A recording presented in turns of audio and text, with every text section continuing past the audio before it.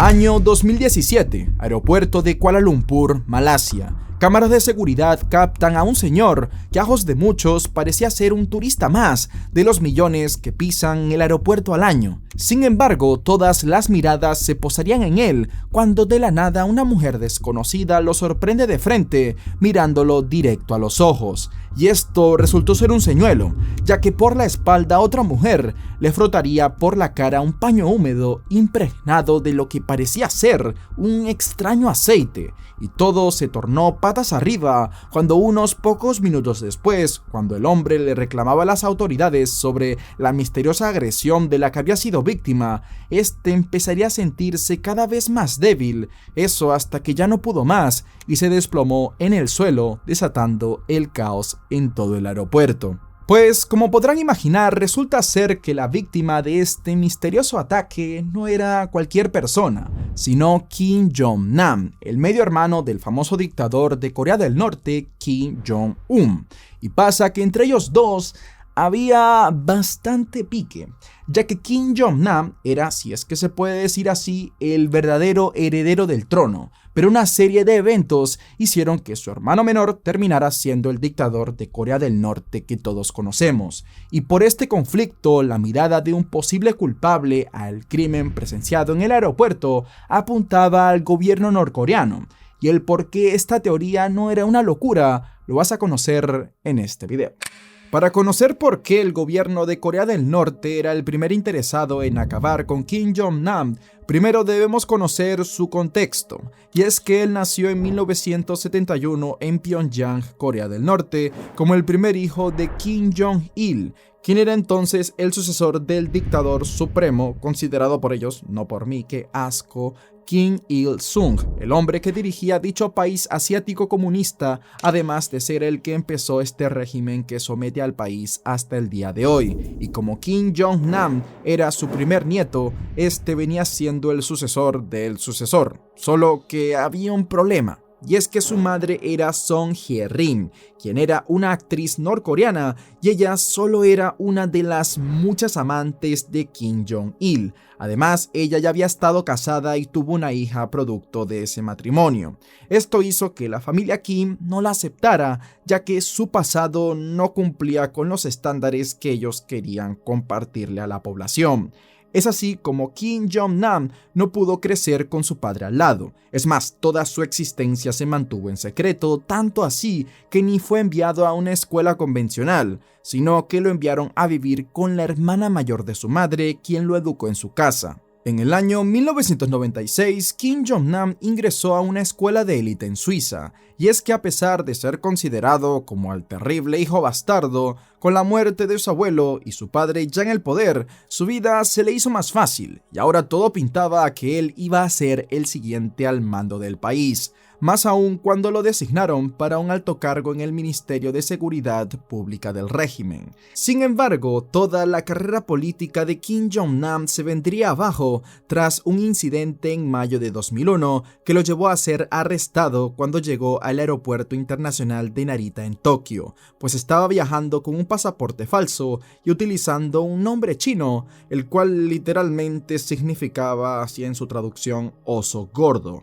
y como él iba acompañado de dos mujeres y su hijo, todo apuntaba a que él estaba viajando de vacaciones, lo cual era un acto inaceptable para el régimen norcoreano, pues ellos eran comunistas, y aquí estaba el que iba a ser su próximo líder con una chaqueta de cuero americana, una cadena de oro y diciendo que estaba en Japón para ir a Disneyland, lo cual fue tomado como una deshonra por Kim Jong-il, que tuvo que cancelar un viaje de negocios para rescatar a su hijo, quien luego de estar varios días detenido en Japón fue deportado a China. Aunque esto parezca una tontería, el honor y esas cosas en Asia es algo que se toma muy en serio, y la humillación que sintió la familia Kim por este incidente es algo que muchos no somos capaces de comprender, y Jong-nam ahora sí que comenzó a causar un fuerte rechazo en el régimen, luego de que se comenzó a especular de que había viajado anteriormente 3 veces a Japón de forma clandestina, y la cereza del pastel fue cuando manifestó públicamente su creencia en la reforma política y económica de Corea del Norte,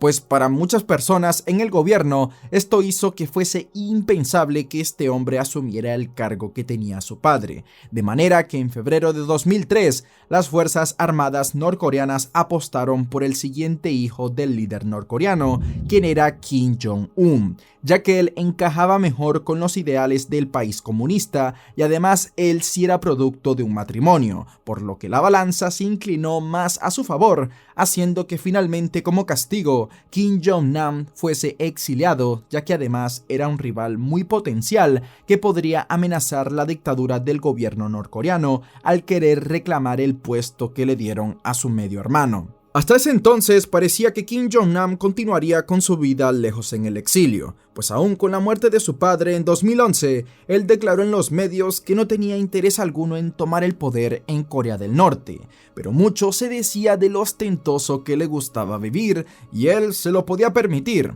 ya que recibía como un tipo de pensión por medio de la embajada norcoreana por ser hijo del difunto dictador, pero pasa que cada vez la suma para mantenerlo crecía más y más y tampoco podían decirle que no, ya que él poseía mucha información confidencial y ahora el mantenerlo callado empezaba a costarle demasiado a Corea del Norte. Es así como se cree que el régimen estuvo detrás de al menos 2 intentos de asesinato contra él en el año 2010 y 2012, pero ambos fallaron y se corría el rumor de que su propio hermano Kim Jong-un habría dado la orden permanente de matarlo. Es así como desde ese entonces Jong-nam tendría mayor precaución y dispondría de 2 guardaespaldas que lo acompañarían a todos lados. Solo que para su mala suerte, estos no le fueron de ayuda cuando él se encontraba en el aeropuerto de Kuala Lumpur en el año 2017. A pesar de que Kim Jong-nam tenía un precio por su cabeza, en febrero de ese año él se encontraba en Malasia de vacaciones para visitar la isla turística de Langkawi, y el 13 de febrero se encontraba en el aeropuerto internacional para tomar su vuelo de regreso a Macao, que despegaba a las 10:50 am, pero lo que él no sabía es que en una mesa de una cafetería una mujer desconocida lo estaba esperando, y cuando este llegó, un hombre se le acercó a ella diciéndole que su objetivo era ese señor de chaqueta gris. De esta manera, una vez es localizado, otra mujer viniendo de otra dirección se suma a la misión, y así aproximadamente a las 9 am, las 2 mujeres desconocidas interceptaron a Kim Jong-nam, y tras rodearlo, no se aprecia con exactitud en la cámara, pero se ve que una de las mujeres posicionada detrás le restriega un pañuelo en el rostro. Al parecer, la otra también coloca sus manos en la misma zona, dejando en claro que el objetivo de ambas parecía ser dejar en el rostro del hombre una sustancia desconocida de textura aceitosa. Como pueden ver, esta interacción sucedió en un pestañeo, por eso nadie se preparaba para lo que estaba por venir. Después del ataque, las mujeres de inmediato huyeron en direcciones opuestas. Kim Jong-nam claramente se encontraba furioso por lo que le acababan de hacer, pero a la vez estaba confundido, por lo que se dirigió al personal del aeropuerto y de forma alertada les comentó qué le había pasado, señalándose el rostro y el lugar donde había sucedido el ataque. Pero por cómo pasó todo, los oficiales estaban hasta más confundidos que él, y es que normalmente en un ataque la gente grita o se arman los madrazos. Por eso, para brindarle más ayuda a Jong-nam, lo acompañaron a las instalaciones médicas del aeropuerto, donde se ve que enseña como una documentación y se le ve algo alterado, pero de repente ocurre una transición en la imagen y el lugar se llena de personal médico, pues según los testigos, la víctima ni tuvo chance a que la examinaran bien, ya que ahí mismo empezó a señalar que estaba sudando, sintiendo mucho dolor y que empezaba a dejar de reaccionar, hasta que finalmente perdió el conocimiento, por lo que fue sometido a un dispositivo de reanimación y así de inmediato lo sacaron en camilla hacia la ambulancia que lo trasladaría al hospital de emergencias, pero por más que recibió ayuda médica inmediata, a los 20 minutos de desmayarse, Kim Jong-nam, de 45 años, fue declarado muerto. El crimen había quedado registrado en las cámaras de seguridad del aeropuerto, y todo era sumamente extraño, pues como alguien que aparentemente estaba sano, de un momento a otro perdió la vida enfrente de todos en un aeropuerto, y los funcionarios malasios estaban hasta más que confundidos, ya que ni siquiera sabían quién era este hombre, y es que la víctima estaba viajando con un pasaporte falso bajo el nombre de King Chol, la cual era una de las muchas identidades que usaba el hombre para pasar por desapercibido, pero al parecer, aún así, alguien había sabido seguirle el rastro. Cuando se registró la mochila del supuesto King Chol, se encontraron 4 pasaportes norcoreanos a este nombre, además de $100,000 en efectivo. La noticia rápidamente recorrió todo Asia, y esto hizo que Kim Ham-sol, para demostrarle a las autoridades que ese hombre era su padre, envió muestras de ADN, las cuales demostraron que efectivamente la víctima era Kim Jong-nam. De esta manera la noticia empezó a acaparar todos los medios, y es que en un aeropuerto es el último lugar donde uno espera que suceda algo así, menos en la zona de embarcación, donde previamente se tuvo que haber pasado por los controles de seguridad. Es así como era imposible no pensar que esto tuvo que ser obra del gobierno de su medio hermano Kim Jong-un. Las autoridades malasias declararon como prioridad número 1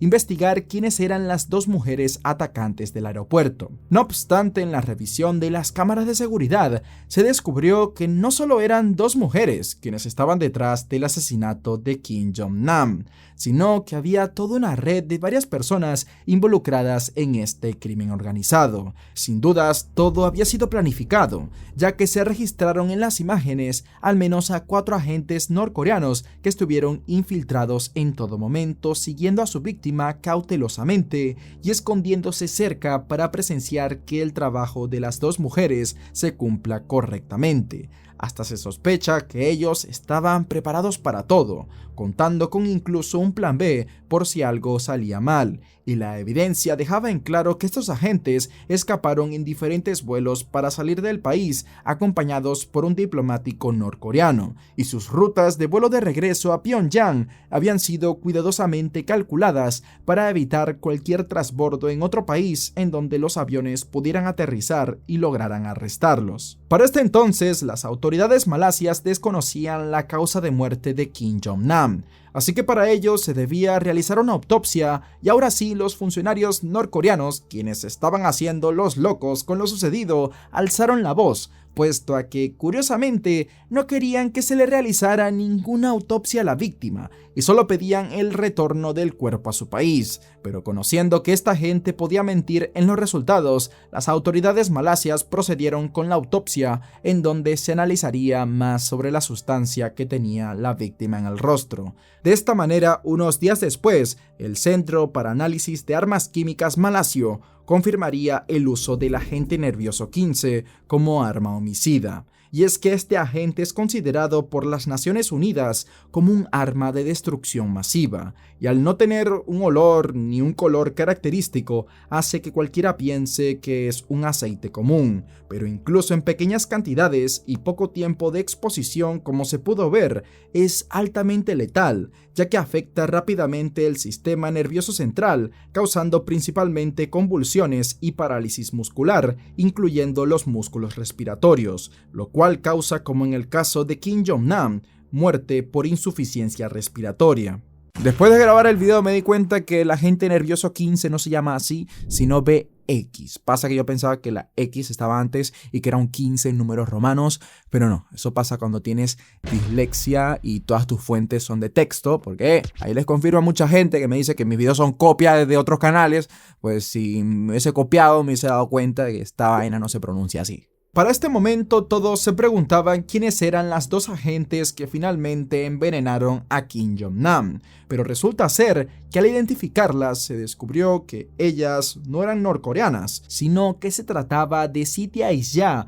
una indonesia de 25 años, y Doan Thi-hom, una vietnamita de 29 años. Ambas serían arrestadas entre el 15 y 16 de febrero bajo los cargos de asesinato, algo que en Malasia se castiga con la pena de muerte en la horca. Sin embargo, ahora sucedería algo insólito, y es que estas mujeres aclamaban no comprender por qué estaban siendo arrestadas, ya que según ellas lo que le habían hecho a Jong-nam era una broma a cámara oculta para un programa japonés del que eran parte. Ambas mujeres aseguraban que unos hombres coreanos y japoneses que decían ser productores de televisión las reclutaron como actrices, prometiéndoles que ese trabajo las iba a catapultar al estrellato, además de que les pagarían $100 por cada participación. Y ellas ahora aclamaban que las habían engañado, ya que por varios meses las estuvieron entrenando haciendo estas bromas a diferentes personas a las que sus productores tenían de objetivo y grababan. Solo que en ninguno de esos episodios se utilizaron venenos, sino que les cubrían el rostro con aceite de bebé o cremas corporales. De modo que cuando le realizaron la misma bromita a Kim Jong-nam, desconocían quién era él y no se percataron de que le habían puesto en el rostro el agente nervioso 15, pues este tiene casi la misma consistencia que una loción o aceite. Además, quienes estaban a cargo de suministrar los elementos que se usarían en las bromas eran los supuestos productores,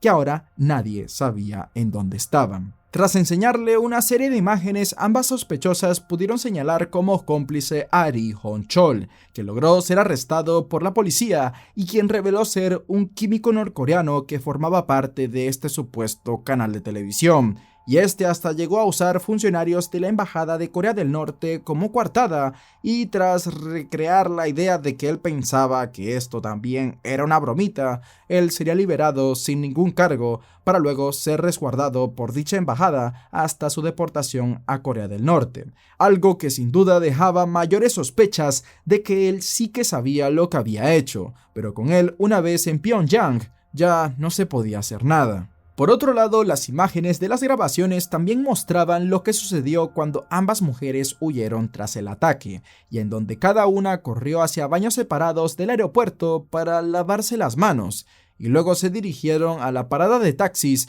en donde Doan Thi-hom fue captada saliendo del aeropuerto en un taxi alrededor de las 9:30 am, y afirmaría que después de regresar al hotel para buscar a los demás miembros del equipo, estos habían desaparecido, y que por ello decidió regresar al aeropuerto 48 horas después, en donde fue arrestada. Además, ambas mujeres afirmaron sentirse algo enfermas después del ataque, en donde Doan Thi-hom vomitaría en el baño tras quitarse los guantes que usó durante dicha broma, mientras que por el lado de Si Dae-ja, ella vomitaría después de subirse al taxi. Y esto se cree que sucedió como un efecto adverso del agente nervioso 15, pero para los expertos en armas químicas que estaban evaluando el caso, se les hacía totalmente incoherente los efectos que se presentaron en Kim Jong-nam y en las dos acusadas, y es que a pesar del trágico resultado, este agente en la mayoría de casos causaría aún más daño y resultados inmediatos, ya que la víctima pudo caminar hasta el área médica del aeropuerto sin sufrir espasmos. Tampoco los paramédicos que lo asistieron se vieron afectados y sus agresoras sobrevivieron. Lo único que podría explicar lo sucedido es que el agente 15 se degrada rápidamente cuando se encuentra almacenado, y se cree que el contenedor de dicha sustancia que poseía Corea del Norte ya tenía varios años guardado, por lo que eso podría haber debilitado a la sustancia química. Mientras la policía malasia continuaba investigando el caso, la situación con las relaciones internacionales no pintaba nada bien, ya que para Estados Unidos y Corea del Sur, el asesinato de Kim Jong-nam no fue más que otra obra de los servicios de inteligencia del gobierno norcoreano, y que el motivo de este crimen fue para quitarle una posible amenaza a su medio hermano, tal así como la ejecución de Chang Son-taek, quien era el propio tío del líder norcoreano y que era considerado como la persona detrás de haber ayudado a Kim Jong-un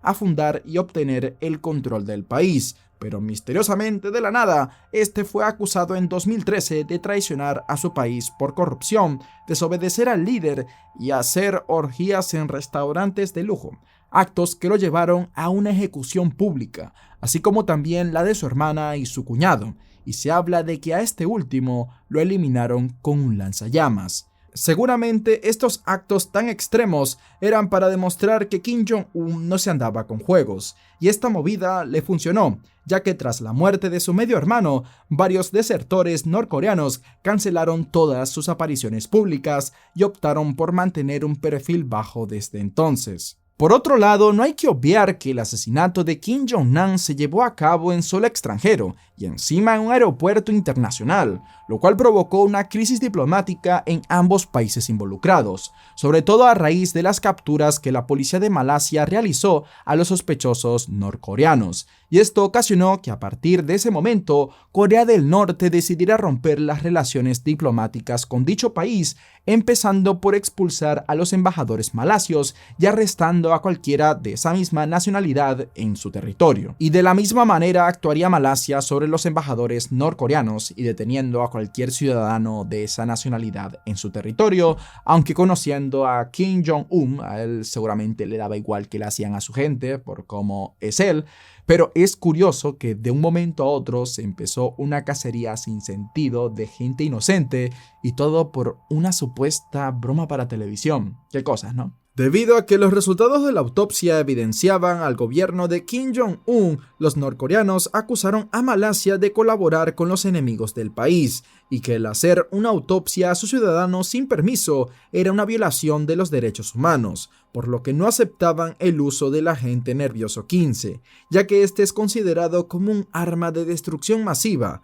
y las consecuencias de exponer algo así en un aeropuerto internacional podía ser un fuerte golpe para Corea del Norte, y al parecer sus ganas de salvarse el pellejo eran tales que las autoridades de Malasia afirmarían que existían pruebas de que 9 días después del ataque hubo un intento de robo en la morgue donde se encontraba el cuerpo de Kim Jong-nam. El 2 de octubre de 2017 empezaría el juicio en contra de Siti Aizya y Doan Thi-hom, y la defensa de esta última presentaría una declaración grabada de una amiga y el dueño de un bar donde trabajaba como testigos de cuando ella fue reclutada para el supuesto programa de televisión por un hombre llamado Lee, que en realidad se trataba del agente norcoreano Ri Hee-yong. En la grabación se detalla cómo la amiga de Doan aclararía que en un principio fue ella la que recibiría la propuesta de trabajo como actriz del supuesto canal de bromas, en donde el supuesto Lee había ido el 27 de diciembre de 2016 al bar que ella y su esposo administraban para ofrecerle dicho trabajo, pero rechazaría la oferta, ya que tenía un hijo pequeño al que necesitaba cuidar. A lo que Lee le preguntaría si podía presentarle o recomendarle a alguna amiga suya que tal vez estuviera interesada en el empleo. Y es ahí cuando ella recordó lo mucho que a Doan Thi-hom le gustaba actuar, por lo que se puso en contacto con ella para que fuera al bar y se pudiera encontrar con Lee allí. Durante esta reunión, la testigo escucharía cómo el hombre le prometió a la joven que con su productora la iban a llevar al estrellato y que solo tenía que ser el rostro para las bromas que iban a hacer. Por otro lado, la defensa de Siti Aizya criticó a los investigadores malasios por no haber examinado la vestimenta de la acusada, aclamando que no se realizaron las pruebas necesarias para saber si su ropa también estaba contaminada, ya que el dejar en claro que ambas mujeres también sufrieron los efectos del agente nervioso 15 confirmaban que ellas no sabían qué era lo que estaban haciendo, ya que nadie en su sano juicio manipularía esa sustancia con sus manos, asegurando que ambas acusadas eran nada más los chivos expiatorios a falta de culpables. Y es que a pesar de haber identificado a los 4 espías norcoreanos que usaban seudónimos para ocultar sus identidades, era imposible llevarlos a juicio, ya que a las pocas horas del ataque, cada uno ya iba en su vuelo de vuelta a Corea del Norte. Y como este país no tiene acuerdos de extradición con Malasia y prácticamente ni reconocían el crimen, era bien sabido que no los iban a volver a ver. A pesar de esta defensa, la Fiscalía de Malasia demostraría no tener piedad con las acusadas, declarando que como ellas fueron las 2 autoras materiales del crimen, no era necesario sacar a otros culpables. Además, señalaron que por las grabaciones parecía que ellas sabían que el líquido en sus manos era tóxico por cómo fueron a lavarse las manos de inmediato, y que ni siquiera hicieron el intento de hacer que la persona que participó en la broma se enterara de ello después, como es común en los programas de televisión en donde señalan a la cámara. Para contrarrestar estas fuertes acusaciones, la defensa de Siti Aizah presentó un video que ella había grabado para su cuenta de Facebook el 9 de enero de 2017 y en donde captó el rostro de uno de los 4 sospechosos norcoreanos que se hacía llamar James, mientras ambos se encontraban en el centro de Kuala Lumpur, siendo una de las pruebas más contundentes de su inocencia, ya que al hombre al parecer no se le veía nada cómodo con la cámara apuntándole.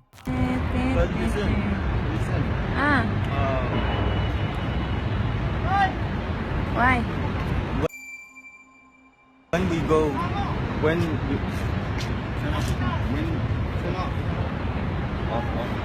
Según varios desertores norcoreanos, este video, y acompañado de su testimonio, confirmaba que las 2 mujeres decían la verdad y les creían, ya que varios de ellos fueron ex agentes o informantes del gobierno de Corea del Norte, por lo que tenían conocimiento de cómo el servicio de inteligencia norcoreano operaba, pues este no era el primer atentado internacional orquestado por ellos, ya que en 1983 2 oficiales norcoreanos trataron de asesinar al presidente surcoreano Chun Do-hwan en Rangún, Birmania, al colocar 3 bombas ocultas en el techo del lugar en donde se iba a reunir. El atentado acabó con la vida de 21 personas y dejó a 46 heridos, y aún así el plan falló, ya que el presidente logró sobrevivir y los 2 perpetradores norcoreanos fueron capturados y llevados a juicio. Y para evitar un resultado similar, ahora era común que bajo engaños los norcoreanos reclutaran a 2 personas que desconocieran el verdadero plan para que lo pudieran ejecutar sin problemas y de manera efectiva, ya que al no saber de qué se trata de un atentado, el autor no sentiría temor o nervios al ejecutarlo. Además, para ellos era mejor usar como peón a alguien de otro país, ya que así en caso de que los atraparan, ellos podían limpiarse las manos fácilmente, y los perfiles de ambas acusadas encajaban perfecto para este plan. Y es que tanto Dwan como Siti eran la clase de personas que disfrutaban posar ante las cámaras sin miedo, con la aspiración de alcanzar sus sueños de ser tan famosas como las modelos de farándula, pero lamentablemente obtendrían esa fama anhelada de la peor manera. Finalmente, en marzo de 2019, tras 2 años de juicios y tensión, el juez dictaría la sentencia de Siti Aizah, declarándola inocente y quitándole todos los cargos. Gran parte de su liberación se debió a una carta de solicitud que fue enviada por el gobierno indonesio apelando por la liberación de su ciudadana.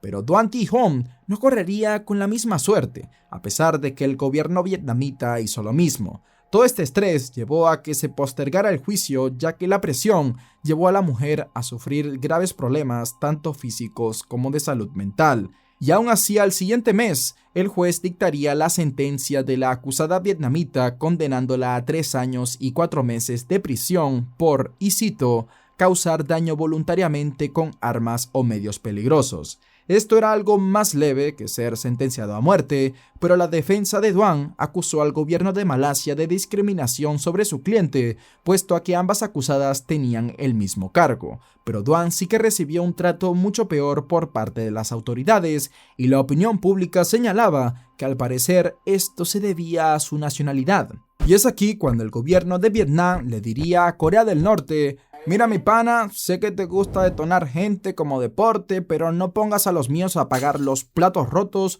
o te exploto las torres. Por lo que Corea del Norte le dijo: bueno compadre, discúlpame esa vaina, así que voy a hablar con Malasia para que dejen a tu paisana en paz, y ¡pum! Ante la presión, Malasia dijo: bueno, Dwan ya pasó bastante tiempo presa mientras hacía el juicio, así que mejor la dejamos en libertad. El 10 de junio de 2019, el periódico The Wall Street Journal informaría que exfuncionarios estadounidenses confirmaron la colaboración de Kim Jong-nam con la CIA sirviendo como informante, algo que anteriormente había afirmado la jefa del Washington Post en Pekín, Anna Fifield, quien reveló que Jong-nam había sido captado previamente en el extranjero con un agente de inteligencia estadounidense, además de tener una mochila que contenía $120,000 en efectivo, que se cree que formaba parte del trato. Por lo que posiblemente Kim Jong-un sintió que con esto su medio hermano se pasó de la línea y decidió acabar con él a toda costa, a pesar de que se rumorea de que su padre antes de morir le dijo que no lo hiciera. Si te gustó el video y quieres conocer más sobre el lado oscuro del mundo asiático, te invito a que veas el caso del experimento humano más macabro de la historia, el cual, para no hacer mucho spoiler, se llevó a cabo en China, pero no precisamente fue maquinado por chinos.